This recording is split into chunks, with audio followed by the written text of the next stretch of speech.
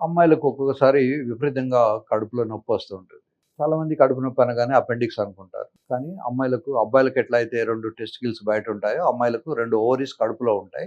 అందులో నుంచి ఒక్కొక్కసారి ఫాలికల్ తయారైపోయి బయటకొస్తుంది.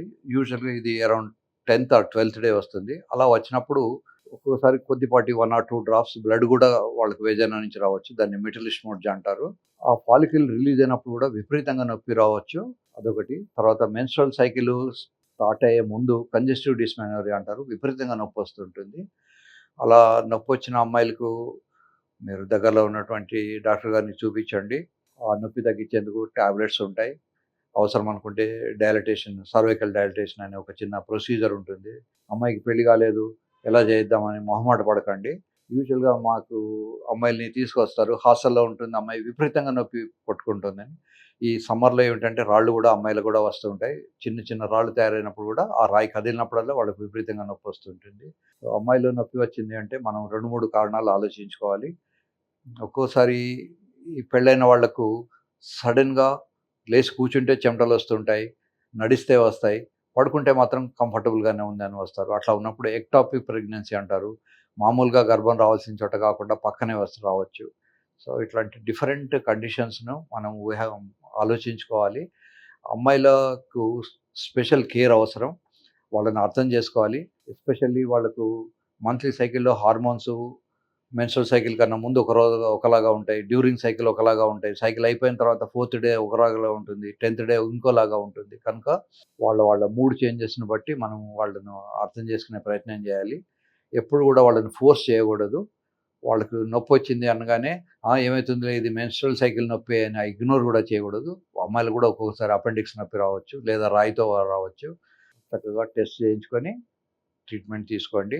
యూజువల్‌గా రికరెంట్‌గా ఎవ్రీ మంత్ సుమారుగా ఒకటే date. For example every month ఏ 20వ డేట్ నాడో లేదా 19, 18, 20, 21, 22 ఈ 3, 4 రోజులలో ఎప్పుడైనా వస్తుందనుకోండి. యూజువల్‌గా అది మెన్స్ట్రువల్ సైకిల్‌కి రిలేటెడ్ అయి ఉంటుంది. కొద్దిమందికి గర్భసంచి తీసిన తర్వాత గూడా వాళ్ళకు ఒక అనీజీనెస్సు, నొప్పి అట్లాంటివి ఉంటాయి. అది గూడా మంత్లీ సైక్లిక్‌గా ఉంటుంది.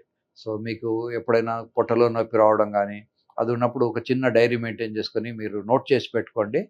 అది ఒకవేళ సైక్లిక్‌గా వస్తున్నది అంటే బహుశా అది ఓవరీ నుంచో మెన్స్ట్రువల్ సైకిల్ రిలేటెడ్ గర్భసంచి లేకపోయినా గూడా అట్లాంటివి రావచ్చు. దానికి ట్రీట్మెంట్స్ ఉంటాయి. చాలా చీప్ ట్రీట్మెంట్సే.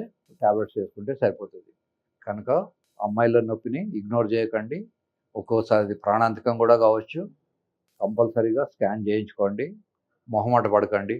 ఒక్కోసారి డాక్టర్లు గూడా ఏంటంటే, అమ్మాయికి పెళ్లి కాలేదు గదా! అనుకుంటారు. పెళ్లి కాకపోయినా గూడా శృంగారంలో పాల్గొంటున్నారు. నౌడేస్ సొసైటీ బాగా మారిపోయింది. కనుక అది ఎక్టాపికా?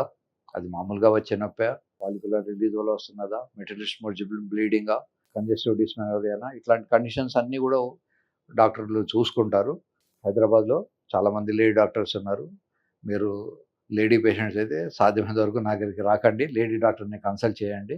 ఎప్పుడైనా లేడీ డాక్టర్ రిఫర్ చేస్తే తప్ప నా దగ్గరికి రాకండి. జెంట్స్ ప్రాబ్లమ్ మాత్రం నేను రౌండ్ ది క్లాక్ ఎప్పుడొచ్చినా నేను చూస్తాను. ఈ సమ్మర్‌లో గూడా స్టోన్ ఫార్మేషన్ వల్ల నొప్పి రావడం చాలా సార్లు జరుగుతూ ఉంటుంది. ఈ రాళ్ళు గూడా రకరకాలుంటాయి. కొన్ని ఎక్స్‌రేలో కనబడతాయి, కొన్ని కనబడవు. సో, కొన్ని రేడియో ఒపేక్ అంటారు, కొన్నిటిని ఇదంటారు. తర్వాత ఎప్పుడు గూడా జంపింగ్‌గా పొట్టలో నొప్పొచ్చింది అనగానే ఏ ఎంఆర్ఐయో, సీటీయో తీయించుకోకండి. సింపుల్‌గా ఐవీపీ అంటారు. So, IVP x ray, KUB, IVP అయిన తర్వాతనే మీరు సీటీ స్కానో, ఎంఆర్ఐయో తీయించుకోండి. ఏబీసీడీ లేకుండా మీరు ఏ ఎం ఎల్ఎన్‌కే అట్లాంటివి వెళ్ళారనుకోండి డయాగ్నోసిస్ కష్టమైతుంది డాక్టర్లకు.